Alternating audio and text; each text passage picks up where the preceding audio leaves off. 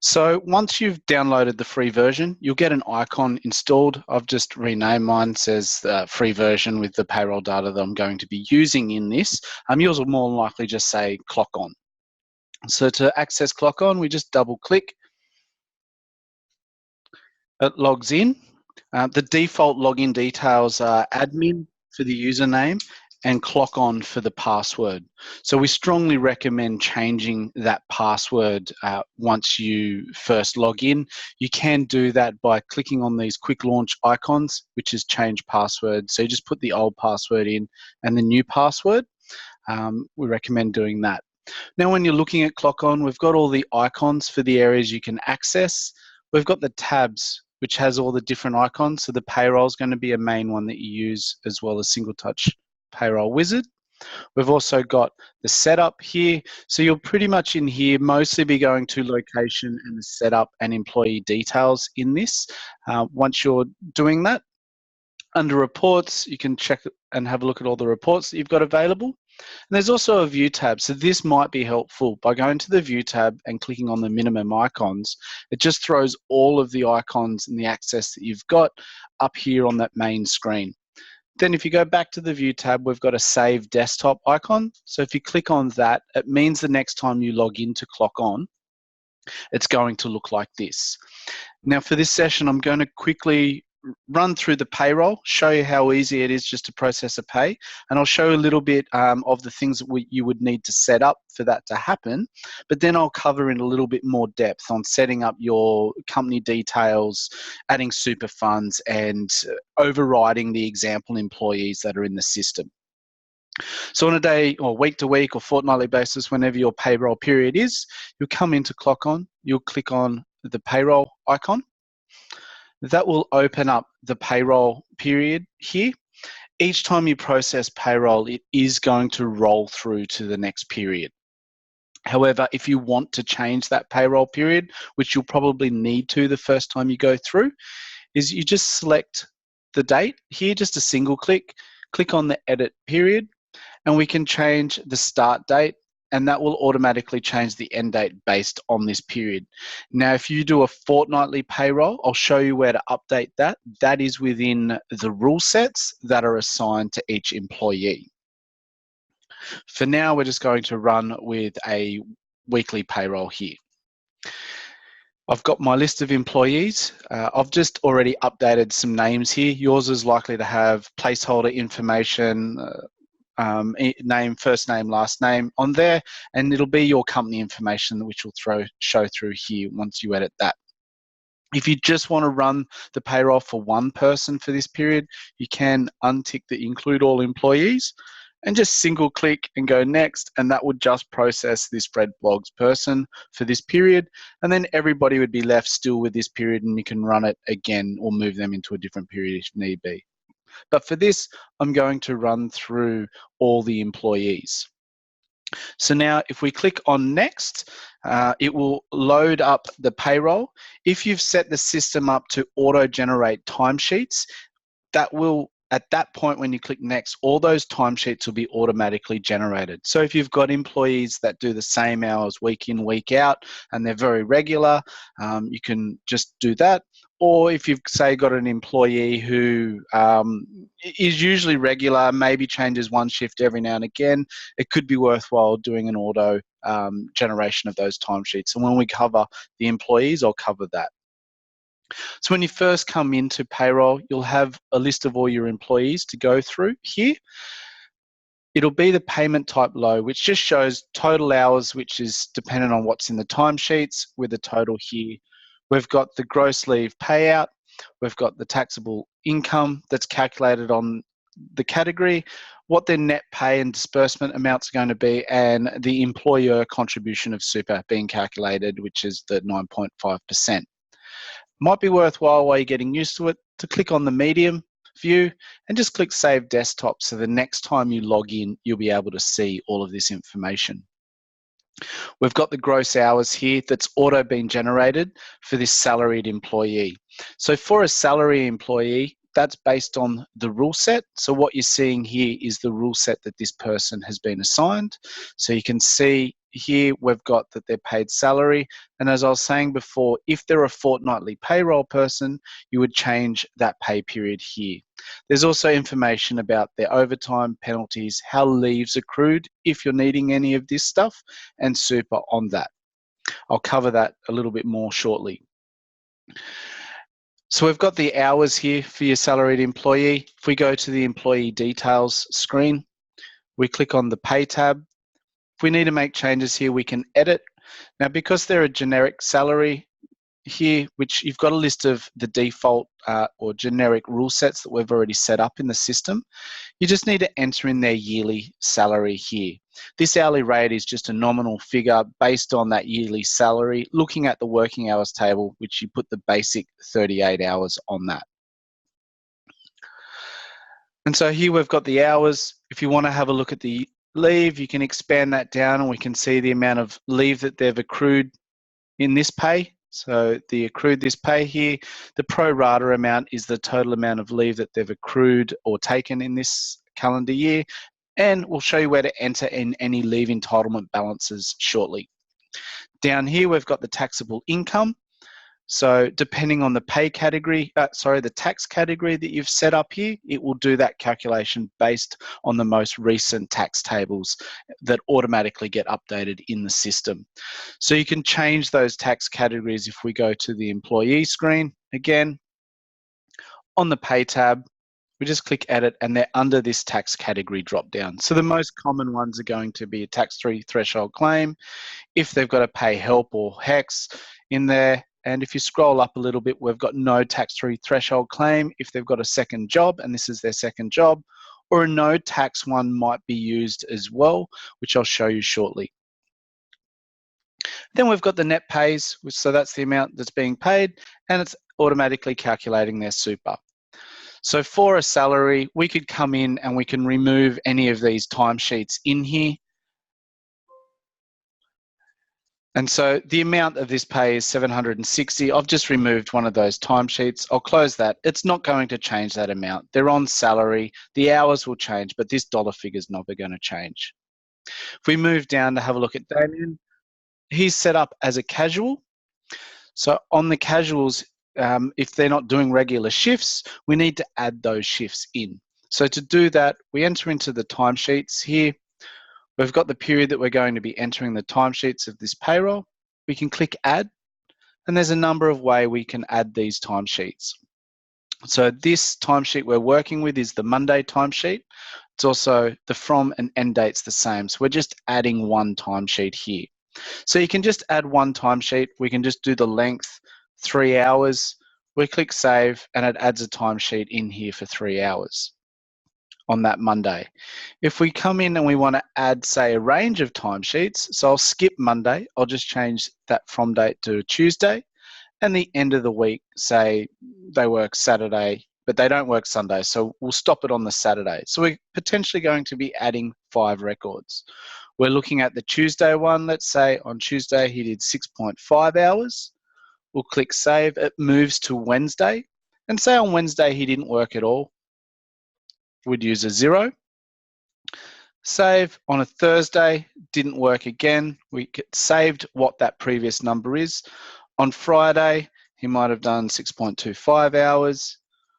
We'll save on the Saturday, and let's say he didn't work again on the Saturday. So then when we press save, we've got multiple timesheets.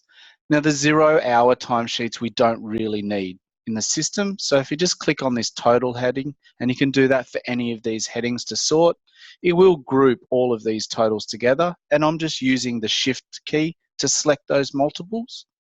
And I'll click delete on that particular one. Double check, do you want to delete that? Yes, I do. And then when I close that, you'll see that it updates the hours here on this screen. Now with casuals, the loading itself for casual loading is added by default, is added at time of payroll.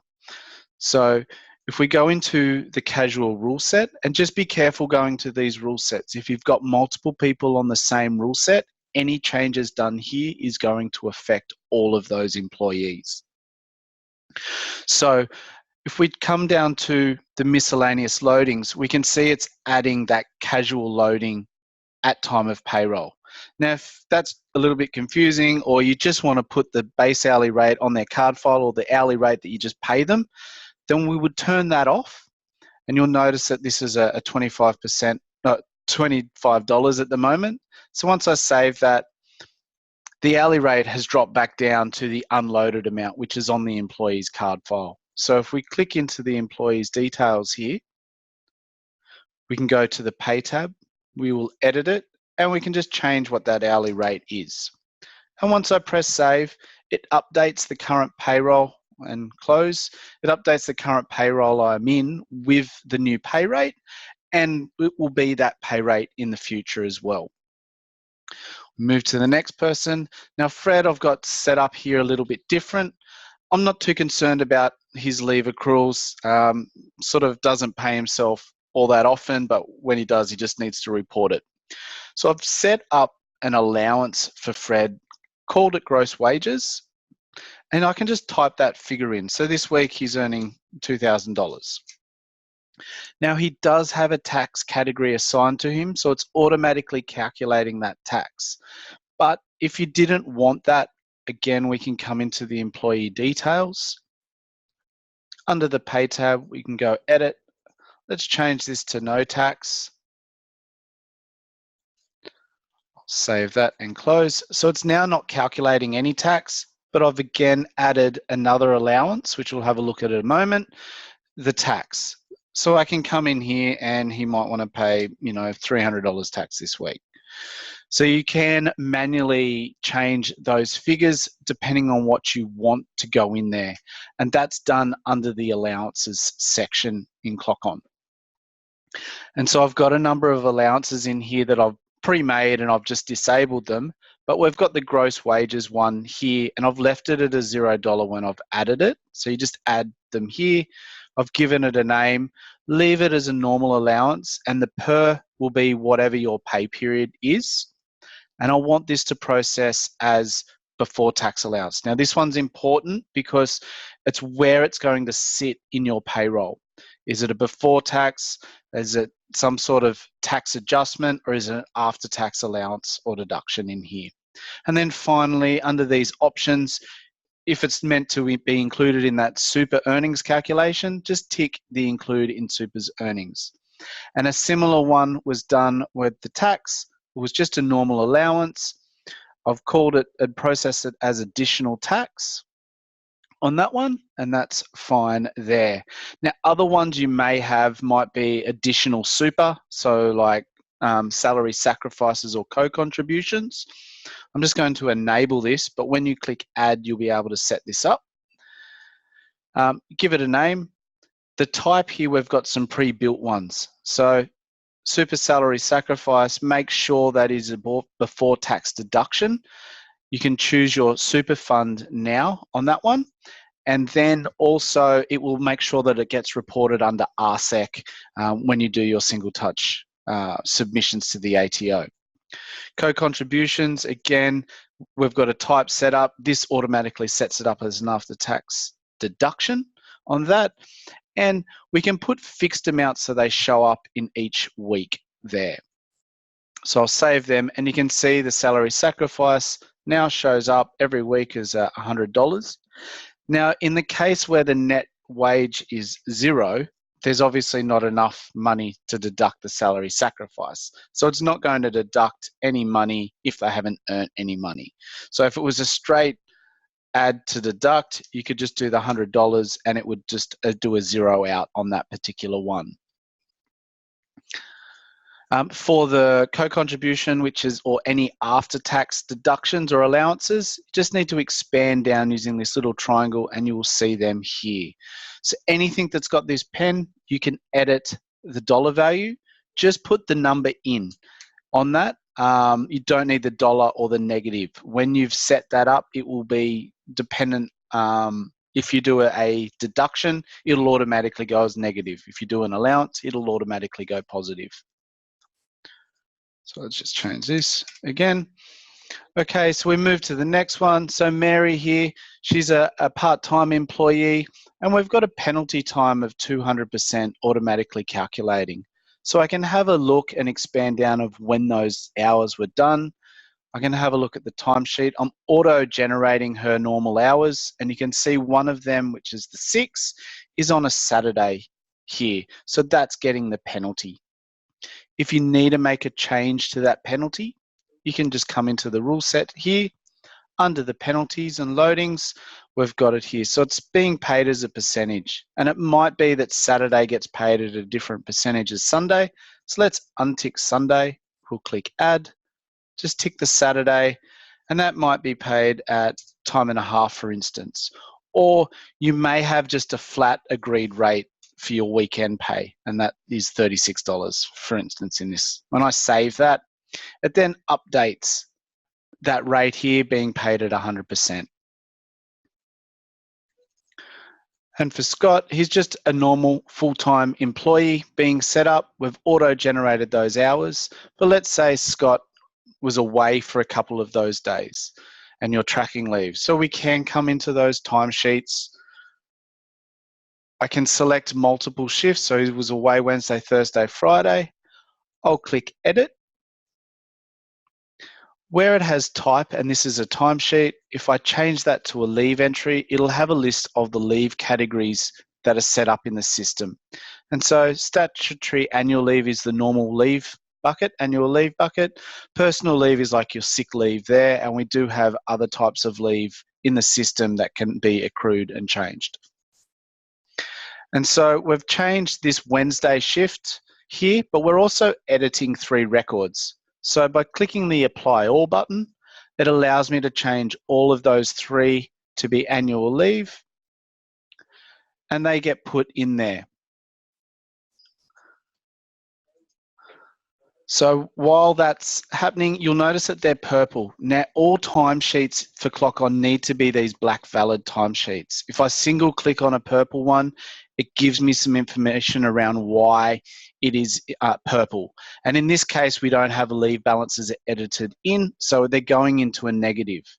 Now, I'm happy for those to go into a negative, so I can approve those, and that then goes into a negative balance, or I could change one of those to be unpaid leave. Now, just be careful. If it is a purple timesheet and I close out of there, I will get a warning. It won't let me get back into payroll. If I abort, it'll kick me out of payroll. If I click OK, it'll take me back to the timesheets just to fix those up. Right, and I close, and it'll now show the annual leave that's being taken here. If we have a look at the statutory annual leave, we can see what has been accrued this pay, how many hours are being taken in this pay, and what the new balance will be at the end of this pay when we process. So now we've gone through each of the employees, check them out. We can click next. It gives us a total overview of what's being paid. We can have a look to see who took the annual leave, who had the penalties. We can go back, make changes if we need to. If you're all happy with that, clicking on process and just confirm that you want to continue with the payroll. There is an ability to roll back payrolls. However, please don't use it if you've submitted single touch payroll. We recommend doing a payroll for that same period and doing the adjustments with those allowances and deductions. If you haven't submitted stuff and you get to this point, by all means, you can roll that payroll back. Click yes. And so this is now calculating everything that it needs to, saving that period in the database there. From here, we can go to the print. We can print out our pay slips. And so it calculates all of that information and opens up a preview of all of the pay slips. Takes a moment. Mine will take a little bit longer because I'm connecting over the cloud. Yours is stored locally, so it'll be a lot faster. And so it's got all of the different information here for all your employees. You can click on the print icon, send them to your printer, or use the printer file, select PDF and choose the location, and you can save them to somewhere on your machine as well. We can close that. Another couple of useful reports. The activity is probably not going to be so useful. The summary report is a good one. It does have your wage paid amounts, so your net wages that you need to pay, and their total hours, and some information around super and all of that. This particular report, because we're running it at the end of payroll, is just going to show the payroll period that you've processed there. And the other one, the EFT report, is going to give you the total amounts and their bank details that you've set up on their employee details screen, provided you've marked them to be paid via EFT, and I'll show you that in a moment. And then once you've printed your reports, done your payroll, we've got the STP wizard to submit your single touch payroll. It will have the most recent payroll here that you've just done. If you've done others, there'll be a list of those, but you only need to process the most recent one for the employees. You click next. It does a couple of company checks before it goes through. Now, mine's not going to work because I don't have a valid ABN, but if you get any of these errors on the validation information, just double click on the error message. It will take you to where you need to go to change that there. And then once they're all done, I would click next here. Hopefully yours will be all good from after watching this. You'll be set up all correctly. And it'll go to a submission page where you click submit, confirm, and then that submits that information to the ATO. And now we've finished payroll. So it's really going into payroll for the period. It will automatically roll into the next period each time you process payroll, fix all your employees, process it, submit single touch payroll. Now, to make sure you're submitting all of that right information, there's a couple of things you need to check first. First of all, you want to check that your company information is correct. So if you go to the location manager, we've got some placeholder or sample information already in your database when you download it. So just double click on that location.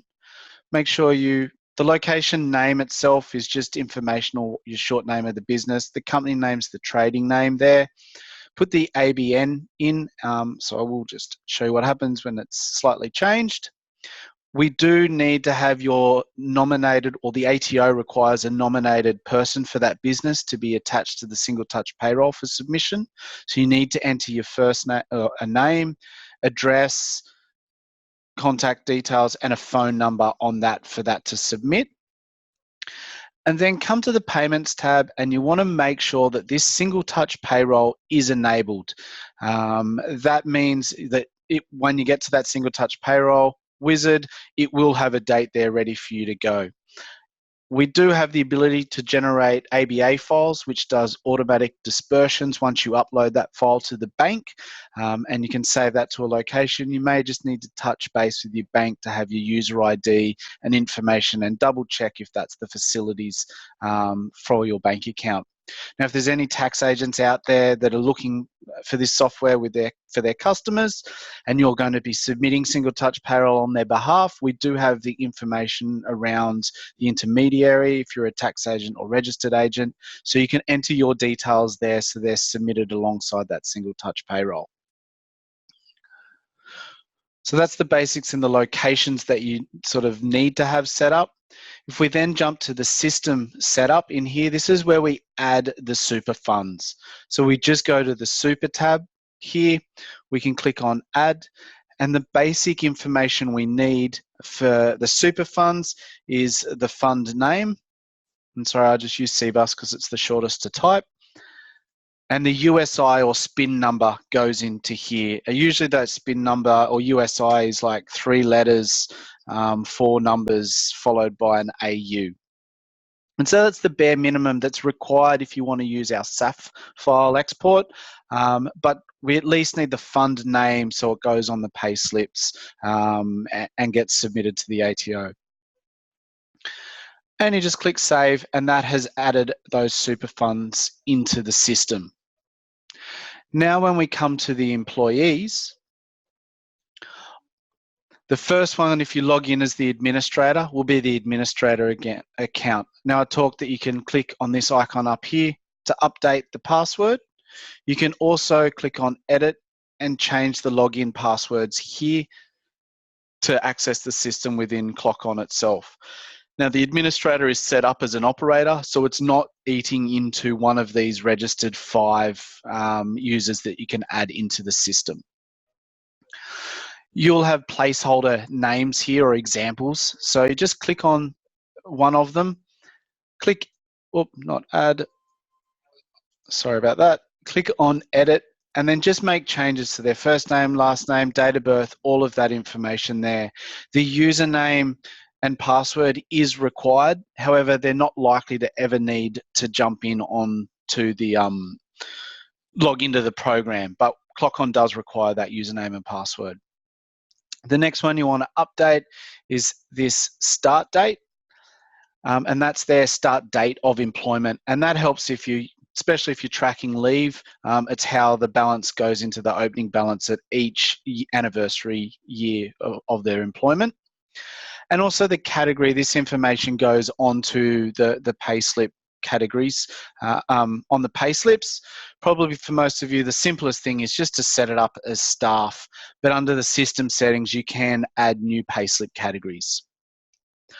On the pay tab, this is a pretty important one here. The rule set, we've got a list of those in here for the different types of employees that are set up and in the system. So if they're casual, give one of the casual ones a full-time, part-time, or salary information on there.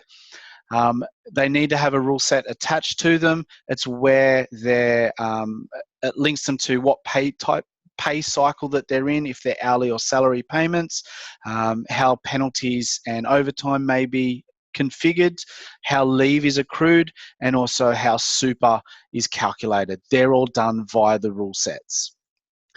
The tax category we briefly touched here. You need to give them a tax category. Tax file number, make sure they use their valid tax file number. If you're using any placeholder ones from the ATO like 111, 91s or 93s or something like that, their data isn't going to get reported up to the ATO into their MyGov site because it's linked via the tax file number there. The pay by EFT, if it's cash or check, it just won't show in that EFT report at the end of payroll. So if you use EFT, you can put their bank details in. It's up to you. Most people are just paying the way that they do normally do their pays. Needs that information. Everyone will have an allowance, default allowance set to them, so you'll be able to access that allowance information from within payroll. Under the superannuation, you can select the funds that we've just built in the system setup and also give them a member number if you're wanting to use our SAF file or hold that information here. And so that's sort of the basics that you need to have set up to have an employee working to be able to payroll.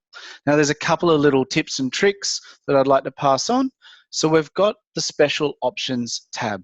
Now, it's likely that yours will be set to show as errors, and that means you have to, for every timesheet, put a shift time, a start and end time, giving you the total hours. Now, if you change this for your employees to allow processing, it means you just need to put the total hours on that day shift. So that's going to save you time not having to put start and end times. It won't stop you if you want to record start and end times on those timesheets. Also, we've got create timesheets from working week. So with this enabled, it's going to have a look at this working hours table and auto-generate, once you enter into payroll, timesheets of this total length on those days. Now we've got add, and we can have multiple cycles. So if you've got like a 2-week rotation, you can add different cycles here. Just have a look at this current week number. It says number 2. So today being Thursday, this here is the number 2. This would be today, sitting in the number 2 category here. So on the special options, yeah, adding that working week is going to be quite useful for those people who just do the same hours each week. And that way, hopefully, they will just show up in your payroll and you don't need to make any adjustments whatsoever. On the leave table here, you can add the opening balances for their annual leave, which is the statutory annual leave. The personal leave here is their sick leave. If they've got time in lieu or RDO balances, they're here as well. And long service leave is going to accumulate when you start using it in weeks.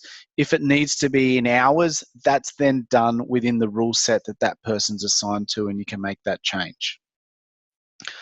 So I'm just going to cancel out here. And again, like we did in payroll, you can edit that employee information in payroll as you need to. So I'm going to quickly then touch base onto those rule sets. So you can come in and edit any of these rule sets.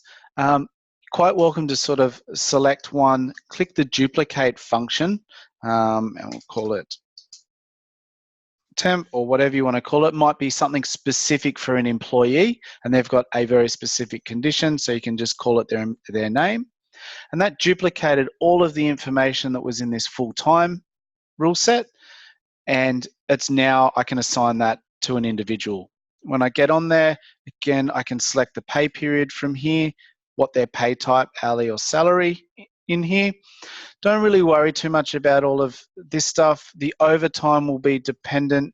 If they do, you can set up over, say, 38 hours a week for the cumulative stuff, or on this particular one, we can add over a certain number of hours on a particular day. Your penalties are all in here. So to enable a penalty, we can click add, and then you can change what those types are. All of your way that your leave accrues. So on leave, if you need to go into leave loading and turn that on and off, that can be done from the bold leave heading.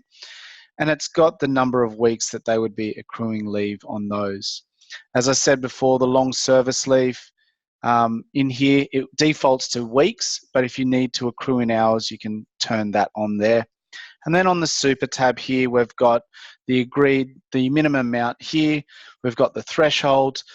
You can choose what that super earnings base is being calculated on.